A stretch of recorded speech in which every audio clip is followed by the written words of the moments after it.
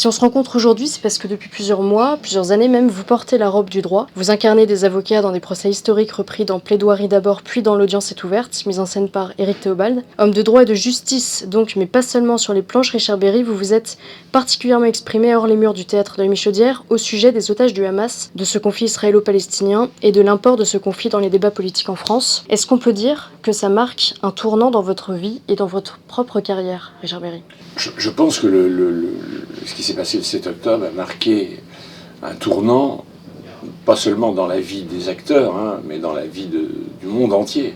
C'est un moment historique très grave et qui marque un tournant relativement, déterminant et à long terme dans les mentalités, dans les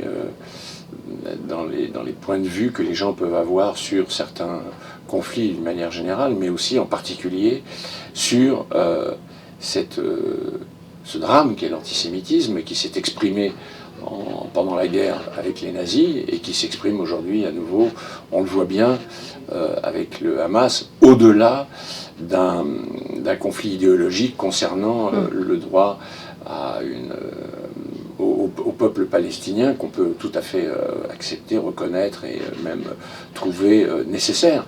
Là, il y a une espèce d'énergie décuplée pour manifester un réel antisémitisme et qui d'ailleurs, comme des mouvements très importants ont éclos ces derniers temps comme MeToo, on dit que MeToo a libéré la parole des femmes, là on peut dire que le 7 octobre a libéré la parole des antisémites. Le fait que vous ayez pris parole à ce moment-là, est-ce que ça répondait aussi au silence d'une grande partie de votre profession, peut-être? On en reparlera aussi tout à l'heure parce qu'il y a eu une tribune pour soutenir le peuple palestinien, vous venez d'en dire un mot.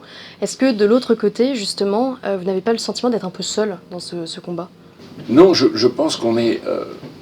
sais pas que je me sens seul, c'est que je pense que de toute façon, on est peu nombreux. Vous savez, les gens ont une tendance à aller toujours dans le sens de ce qu'ils pensent être le bien.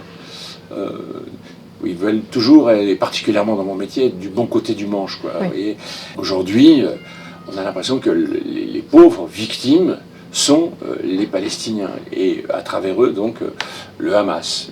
Moi, je suis d'accord pour considérer que le peuple palestinien est une victime, mais pas seulement de l'État d'Israël. Le peuple palestinien est une victime du Hamas, déjà. Et puis, donc, de la culture de l'antisémitisme dans laquelle il est élevé, ce peuple. Donc, si vous voulez, moi, j'ai l'impression qu'on est une minorité parce que les gens ont peur pour leur carrière, pour pas déplaire à l'opinion, pour pas perdre des followers, etc., etc. Vous savez, on est dans un moment de clivage, quoi. Et donc tout engagement est clivant. Donc si vous soutenez, si vous défendez les victimes du 7 octobre, donc les Israéliens, les 1200 personnes qui ont été exécutées, plus les 250 otages, dont certains sont encore otages aujourd'hui, on a l'impression que c'est contre les Palestiniens. Oui. Et on a l'impression que s'engager pour défendre ou pour émettre un quelconque point de vue contre ce qui s'est passé, c'est comme si on était contre les...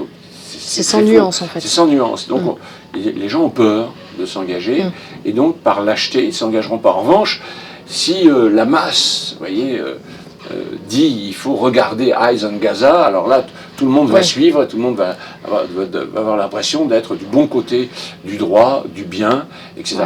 Mais je pense qu'être du bon côté du bien, c'est être juste, et être contre ce qui s'est passé et le dire avec force, avec énergie même, et contre ce qui se passe encore aujourd'hui.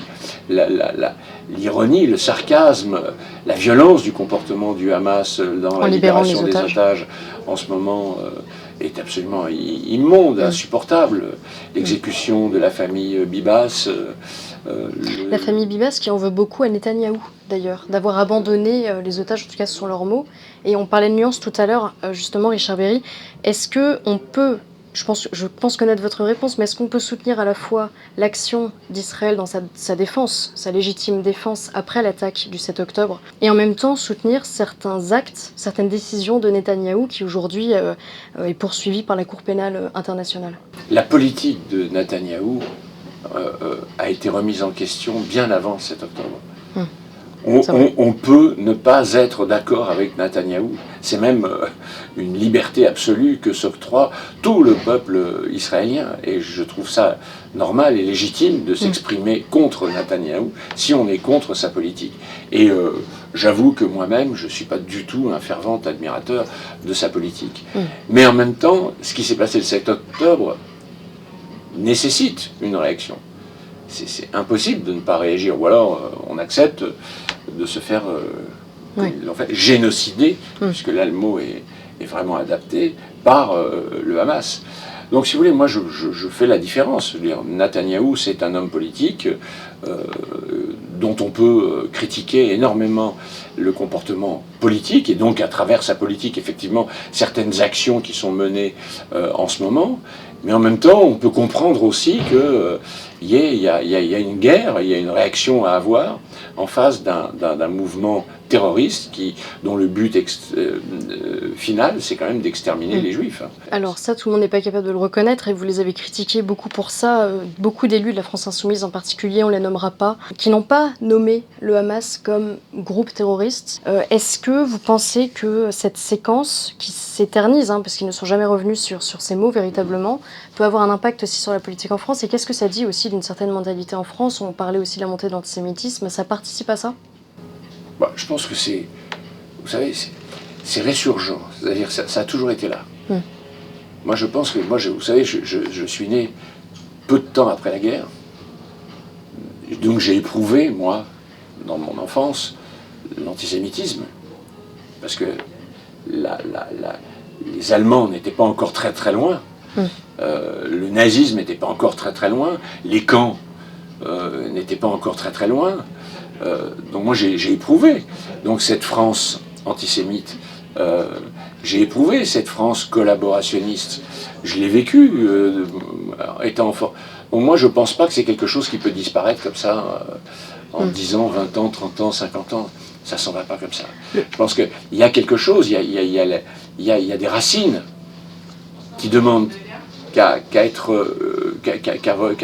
pousser à partir du moment où on les arrose un tout petit peu. Là, on leur a donné le droit de pouvoir dire « Ah, ça y est, attention, comment les Juifs se comportent mal en Israël, donc allez-y, vous pouvez y aller. » Vous pouvez dire, sans dire du mal des Juifs, parce qu'on sait aujourd'hui que c'est interdit par la loi, donc maintenant on peut dire du mal des Juifs en disant du mal ce qu'on appelle des sionistes, quoi. Ce à quoi se livrent des gens comme vous l'avez dit, comme Émeric Caron, mais lui non plus, il n'a pas attendu le 7 octobre pour s'exprimer comme ça. Donc on voit bien que, voilà, c'est un terreau formidable pour tous ces gens, c'est qu'on leur donne des éléments, des prétextes pour exprimer un antisémitisme qui n'a pas encore tout à fait le droit de s'exprimer comme tel, bien que on écrive des salles juifs un peu partout, on colle des croix gammées un peu partout, etc. etc. Vous parliez des racines de l'antisémitisme, on fait comment pour les couper, ces racines? Est-ce que ça peut passer aussi par la culture? Et là, ça vous concerne. Par exemple, votre pièce dans laquelle vous reprenez des procès, dont un, il me semble, lié vraiment à l'antisémitisme profond. Est-ce que ça peut passer par là aussi? Je pense que si vous voulez, moi je pense pas qu'on peut couper ces racines. Je pense qu'on peut ralentir le processus de vitalité de l'antisémitisme. On peut limiter les dégâts. Effectivement, comme vous le dites, ça passe par la culture. Effectivement, il faudrait que cette culture soit relayée. Et pour qu'elle soit relayée, il faut commencer à l'école, par les enfants. Or, on a bien vu que... Vous savez, je ne sais plus quel est le pourcentage exact, mais le pourcentage d'enfants qui ont entendu parler de la Shoah, il est ridicule. Donc si vous voulez, voilà, moi j'essaye de faire à mon niveau ce que je peux en faisant 2 plaidoiries. L'une sur l'affaire Dreyfus qui parle de l'antisémitisme et de la réaction d'un pays par rapport à des accusations fausses contre un homme qui s'appelait Alfred Dreyfus. Et puis effectivement, je fais cette plaidoirie magnifique d'Alain Jakubowicz qui relatait le procès Barbie et donc la Shoah, quoi. Je voudrais vous poser une question au sujet de Boualem Sansal, puisqu'on est dans la culture. Vous avez suivi il a été incarcéré il y a 6 mois maintenant, il a entamé une grève de la faim Aujourd'hui, au moment où on tourne cette interview, très peu, enfin les artistes sont très peu nombreux à avoir pris position justement pour le défendre lui aussi. Alors on est sur un autre sujet et en même temps pas si éloigné que ça. Le LG a demandé à Boualem Sansal de choisir un avocat qui ne soit pas juif. Enfin oui, on est quand même encore dans cet univers-là. Mais là, pour moi, ça impliquerait, ça devrait imposer une réaction politique de la part de la France. Je veux dire, déjà, refuser, enfin, déjà, incarcérer un type parce qu'il n'a pas les mêmes, parce qu'il met en question le système, enfin, la politique algérienne et particulièrement cet islam radical, déjà c'est une chose monstrueuse, enfin, selon nos principes à nous qui sont basés sur la liberté d'expression. Et puis deux, empêcher qu'un avocat juif vienne le défendre, c'est quand même un symbole absolument terrifiant, la façon d'exprimer un antisémitisme radical qui est, à mon avis, qui imposerait une réaction de la France. Or, pour l'instant, je ne l'ai pas entendu, la réaction de la France, enfin, à l'heure où je vous parle. Est-ce que votre engagement contre l'antisémitisme, pour revenir à ça, et notamment à travers votre pièce, a eu des conséquences sur vous, sur peut-être des choses qu'on a pu vous dire, même des menaces, puisqu'on est dans cette ère justement où l'antisémitisme explose. Est-ce que vous en avez été victime récemment? Alors, pour être très franc, je n'ai pas reçu de menaces à part des choses insipides sur les réseaux sociaux, mais bon, l'anonymat, vous savez, favorise toujours ce genre de menaces ridicules.